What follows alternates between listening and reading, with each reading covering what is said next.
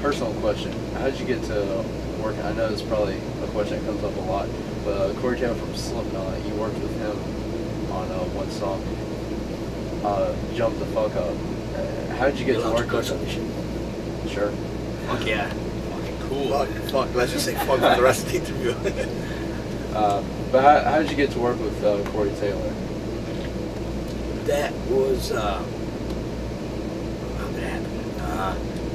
A friend of ours knew them, and they were coming to Phoenix, and I was in the studio making Primitive, and I never met any of them, but I knew the music. I liked that. You know, first thought was on Kick-Ass record. Right. So I got the number from my friend, so I just called Corey, and Corey was like, yeah, he's like, I gotta do sound check. And I was like, well, I'm in the studio. I say, what about you blow off sound check? Because you do sound check every day. You come to the studio, record the song with us, and then in trade of that, I'll come to your show tonight, and it'll be all good. So that's how it was, man. Nice. So Nice. Jump the Fuck Up came out in 3 hours, from beginning to the end. Nice. Which is, when I listen to the song now, it's kind of crazy because it seemed like a lot more time devoted to the song, but it wasn't. And Corey is awesome to work with. You know, it was really, I mean, I don't know if you met him or not. No, I haven't. He's pretty funny too. He was telling all kind of Chris Farley jokes Right. in the studio. That was cool. Yeah. he did them very good too. Corey Taylor and Slipknot are actually one of the reasons I'm personally in metalhead. A lot of people are like, what the hell? Because I like a lot of European metal.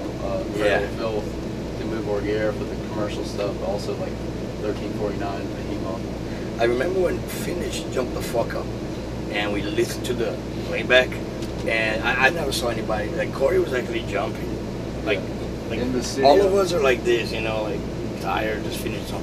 Fucking Corey's jumping, headbanging, screaming, like the Tasmanian and Devil, you know, that was fucking cool. Right. And then we went to see the show, and at night they played in Kick-Ass, so it was good, you know, we still played Jump the Fuck Up every night. We only played the first 30 seconds. I read that. Because I can do his vocal part, so I just do the little intro. Right. But I love that intro, the riff. You know, Yeah. the intro is my favorite riffs I have done. I read that band that you and Corey both worked with was Apocalyptica. How did you get to work with them? Those crazy Finnish guys. I love them. Finland always puts out great music. I just want to say that. The 69 Eyes, Children of Bodom, Apocalyptica, all kinds of crazy. We can go back stuff. to hardcore. Yeah. Cows, Tervet Kadet, Listettit.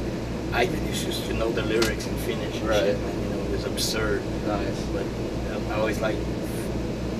I'm not too much of a fan of going to Finland and play, especially in the summer, because it's always daylight. Wake up at 3 in the morning, 9 o'clock at night, it's always daytime. You know, or in the winter, it's always vampire. Time, you know, it's always dark.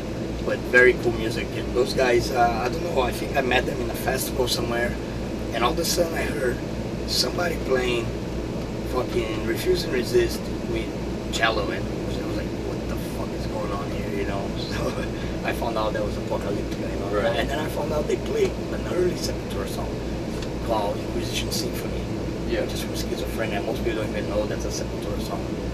They play it perfect, which is hard. That song's got like 400 parts, right? Inquisition Symphony is probably one of my favorite songs by them. So I got to meet them, and they invited me to do collaboration with them, and I did it recorded in Germany. And I think they're going to be on tour in the US soon. Nice. So you're probably going to get to catch them. I'd love to catch them. I've tried, but I've failed.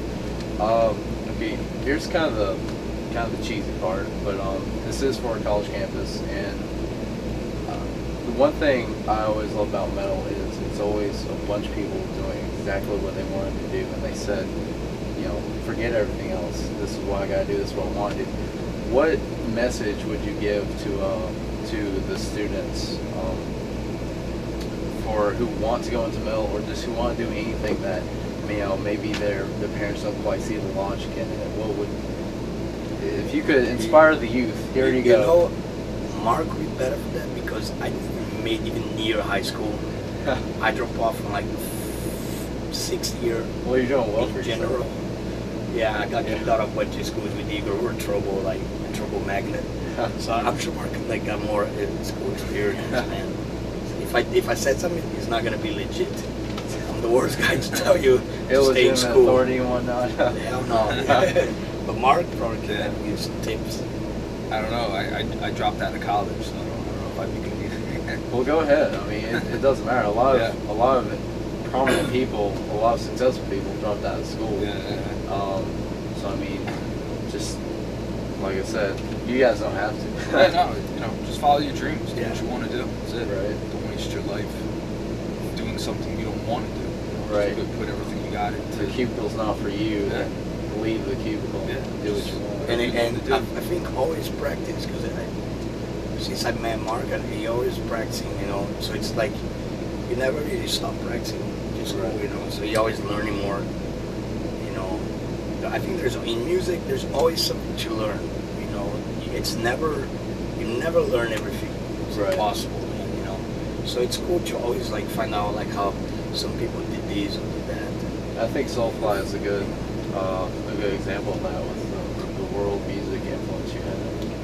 So yeah, but even in you know, like even if you go analyze the Soulfly or Cavalera conspiracy, most basic trash song, those are sometimes the hardest things to do. Right. People think it's easy, but ask Marc. Some of those chugging. Yeah. You need some fucking Bengay after 1 hour of that. Nice. I'm serious, man. Like that These picking, are things we need to know. That Thank picking, you. that picking stuff is not easy, and it's not for the faint of heart. Real true metal should hurt your arm. Yes. Right. If your arm ain't hurting after you play, then you ain't playing metal. No pain, no gain. That's the cliche goes. It should hurt. Marc, I mean, the one that coolest thing about working, Marc always recorded the guitars standing up. Right. Which I always thought that was kicking ass. Because, you know, most people everybody always record sits down in the studio.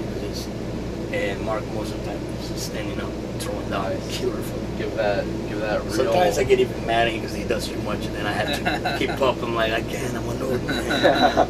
I can't do that picking anymore, man. Well, so I'm more the sloppy player, kind of more punkish, and Marc's type. So you see it tonight, sure enough. Awesome, thank you. Well, thank you guys for your time. This is Soulfly in support of their new album Conquer, in stores now. Go buy it, please. And thank you very much. You guys have fun. All right.